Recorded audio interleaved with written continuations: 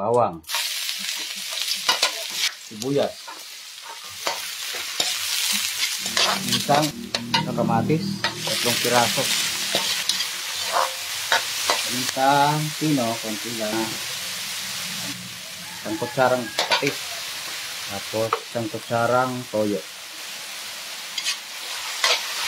Ano yung opo?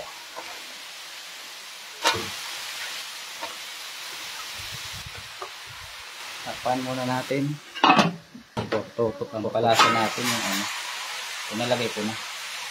Yung ulo. Kasong ulo ng tilapia. Yan.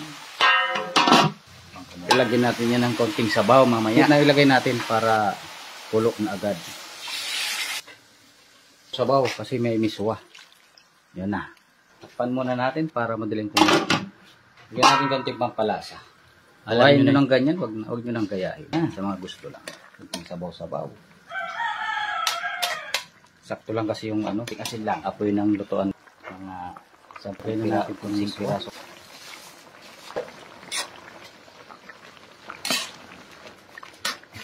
Na, itlog. 1 piraso lang. Parang ano na to? Parang, tawag nito? Sarsyado. Parang lang ha.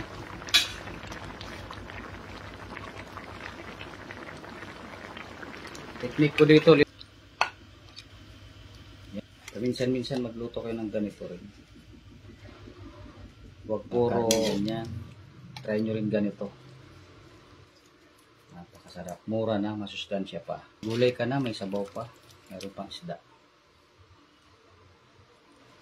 May miswa pa. Na, salamat sa mga nanood dyan.